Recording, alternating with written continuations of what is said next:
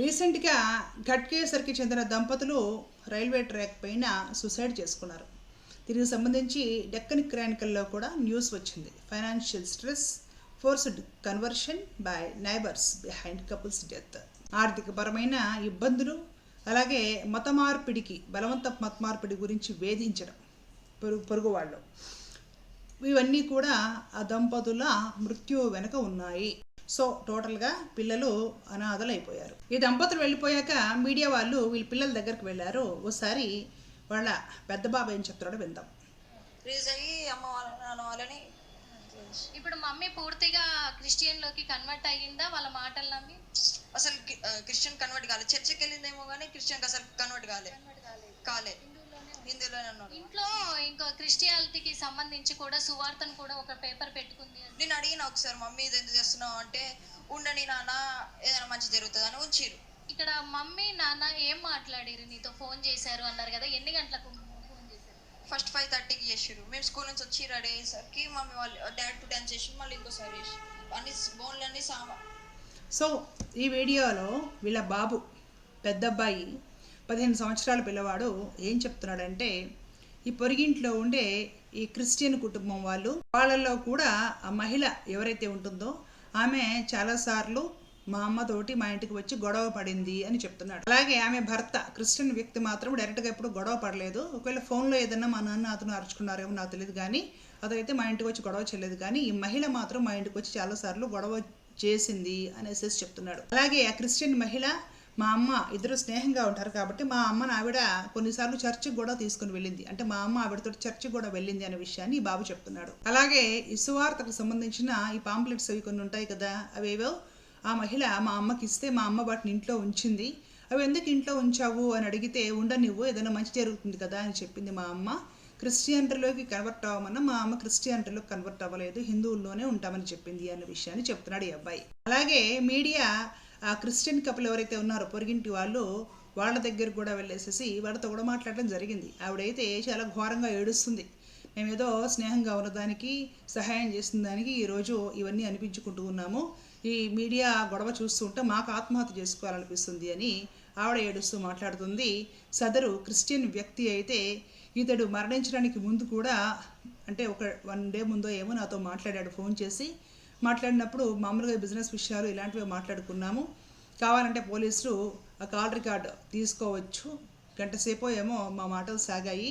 అందులో ఎక్కడైనా సరే నేను ఏదైనా వేధించినట్టు, తిట్టినట్లుగా కానీ ఏదైనా విషయాలు ఉంటే నేను దేనికైనా రెడీ, అవేమీ లేవు, మామూలుగా మాట్లాడుకున్నాం మేము, మా మధ్య లాంటివి ఏమీ లేవు అని ఆ వ్యక్తి చెప్తున్నాడు. సరే ఏది ఏమైనా సరే ఇరుగు పొరుగున ఉంటున్న 2 కుటుంబాలు కొంచెం ఫైనాన్షియల్ మ్యాటర్స్, బిజినెస్కు సంబంధించి మతపరమైన విషయాల పరంగా కొంత వివాదం అయితే చోటు చేసుకుంది అని మనకి పిల్లలు మాట్లాడిన దాన్ని బట్టి, మీడియా వాళ్ళ దగ్గరికి వెళ్తే వాళ్ళు మాట్లాడిన దాన్ని బట్టి మనకు అర్థమవుతుంది. అయితే ఇక్కడ బాగా గుర్తుంచుకోవాల్సిన విషయం ఏంటంటే, బలవంతపు మత మార్పిడిలో చట్టరీత్యా నేరం.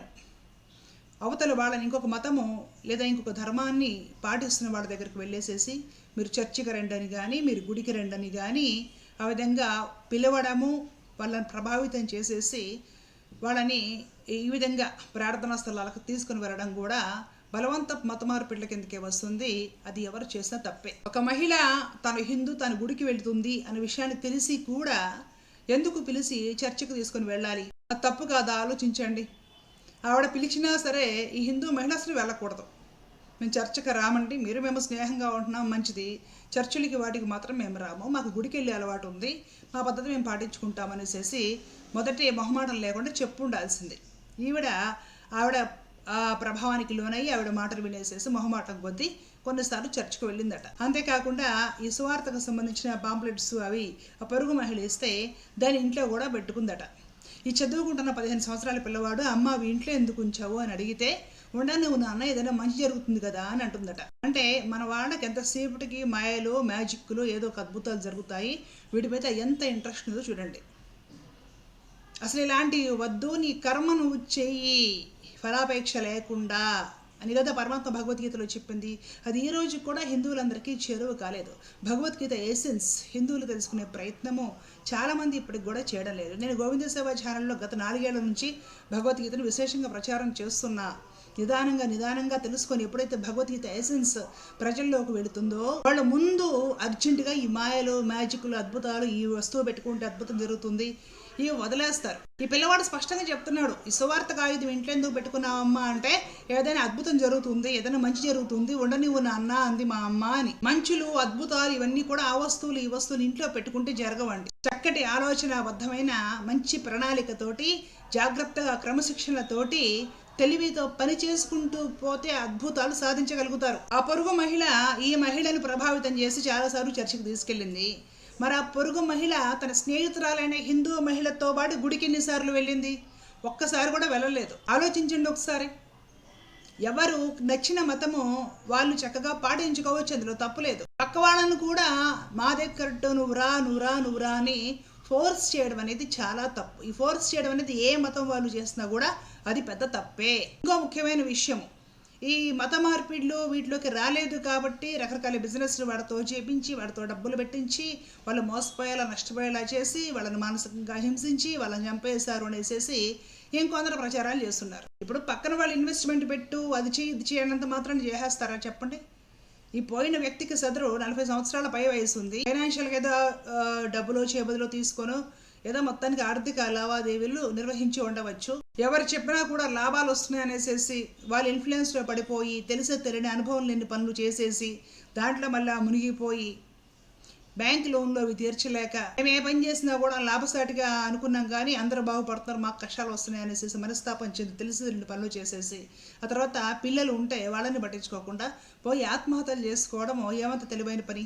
ఆత్మహత్య ఎప్పుడు కూడా బలహీనమైన స్వభావము, బలహీనమైన మనస్సు ఉన్న వాళ్ళు చేసుకుంటారండి. పొరగింటి వాళ్ళు మతం మారు అనగానే వాళ్ళకి సమాధానం చెప్పడం తెలియదా? మేము మతం మారమండి, మాది హిందూత్వం లేదంటే మాది ఫలానా మతం, మా దాంట్లో మేము కొనసాగుతాము, మాకు ఇంట్రెస్ట్ లేదు, ఓకే మీరు ఏది కంటిన్యూ చేస్తారో దాన్ని మేము గౌరవిస్తున్నాము, మమ్మల్ని బలవంతం చేయకండి, మాదేదో మేము చేసుకుంటున్నాం అనేసి చెప్పడం తెలియదా? ఏదైనా వ్యాపారాలు చేసేది, డబ్బులు పెట్టుబడి పెట్టేది పొరుగు వాళ్ళు, ఇరుగు వాళ్ళు చెప్తే వాళ్ళు ఇన్ఫ్లుయెన్స్తో చేస్తామా? మనకంటూ తెలివితేటలు ఉండాలండి. మార్కెట్ని అంచనా వేయగలగాలి, పరిస్థితులు ఎట్లా ఉన్నాయి చూసుకోగలగాలి, మన ఫైనాన్షియల్ అసలుకి మన స్టేటస్ ఏమిటి, ఏదైనా జరిగితే నిబ్బరంగా నిలబడగలుగుతామా, సర్వైవ్ అవ్వగలుగుతామా, ఈ విధంగా మొత్తం ఆలోచనలు చేసుకుని ప్రణాళికాబద్ధంగా పనిచేసుకుంటూ పోవాలి. కానీ ఎదుటి వాళ్ళకి మన జీవితం అప్పచెప్పేసి వాళ్ళ సలహాలు తీసుకొని వాళ్ళు చెప్పినట్లు విని ఇలాగా మన బలహీనతలు ఇవన్నీ కూడా ఇప్పుడు ఇది మ్యాటర్ ఎలా మారిపోయిందంటే కంప్లీట్గా బలవంతంగా మత మార్పిడి చేసి వాళ్ళు లింక్ కాకపోతే వాళ్ళ నానా రకాలుగా వేధిస్తే వేధింపులు తట్టుకోలేక ఆత్మహత్యలు చేసుకున్నారు అని కథంతా కంప్లీట్గా తిప్పేశారు. వాళ్ళు చేసింది కొంత ఉంది లేదని చెప్పట్లేదు, కానీ కథ మొత్తం అందుకే అన్నట్టుగా తిప్పిపడేశారు. మతం మారమని అంతగా వేధిస్తూ ఉంటే లేదంటే రకరకాలుగా వేధింపులు గురి చేస్తుంటే పోలీస్ స్టేషన్లు లేవా? సర్దుబాటు చేయడానికి పెద్దలు లేరా? పిల్లల్ని వదిలేసేసి పోయేసేసి ఆత్మహత్యలు చేసేసుకుంటారా? పిల్లలు ఏమైపోవాలి, పిల్లలు ఏం పాపం చేశారు? ఇవన్నీ కూడా పెద్ద విషయాలు అయితే కదండి, పరిష్కరించుకోలేని పెద్ద విషయాలు కాదు, చిన్న విషయాలే. ఇంట్లో వాళ్ళు బలవంతంగా మత మార్పిడికి ప్రయత్నం చేశారు అంటే దాన్ని అడ్డుకోవడం ఏం పెద్ద విషయం ఏమీ కాదు. ఎందుకంటే వాళ్ళకి ఎంత రాజ్యాంగబద్ధమైన హక్కులు ఉన్నాయో మనకు కూడా అన్ని హక్కులు ఉన్నాయి. సామాజిక పరమైన హక్కులు ఇవన్నీ కూడా మనకి వాళ్ళకి అందరికీ సమానంగా ఉంటాయి. ఒకళ్ళు వేధిస్తూ ఉన్నప్పుడు వాళ్ళ మీద గట్టిగా చర్యలు తీసుకునే హక్కులు మనకు ఉంటాయి. అలాగే ఫైనాన్షియల్ విషయాల్లో కాస్త పిల్లలు అంతా ఉన్నప్పుడు వెనక ముందు ఆలోచించి పెట్టుబడులు పెట్టకుండా వాళ్ళ మాటల్లో వీళ్ళ మాటల్లో పడకుండా చాలా జాగ్రత్తగా ఉండి బాధ్యతాయుతంగా ఫైనాన్షియల్ విషయాల్లో కానివ్వండి, వ్యాపార సంబంధించిన లావాదేవీల్లో కానివ్వండి, ఇంటి యజమాని జాగ్రత్తగా కొనసాగడము ఇంటి యజమాని తెలివికి నిదర్శనము, బాధ్యతకు నిదర్శనం. బాధ్యతాయుతంగా ఉండకపోతే సంసారాన్ని ఎలా లాక్కొస్తారు? అంటే బలహీనమైన మనస్తత్వం ఉన్నప్పుడే ఈ విధంగా ఆత్మహత్యలు చేసుకుంటారు ఇంటిల్లిపాది. ఒక హిందూ మహిళని నువ్వు నాతో రా అని చర్చకు తీసుకోవడం 100% తప్పు.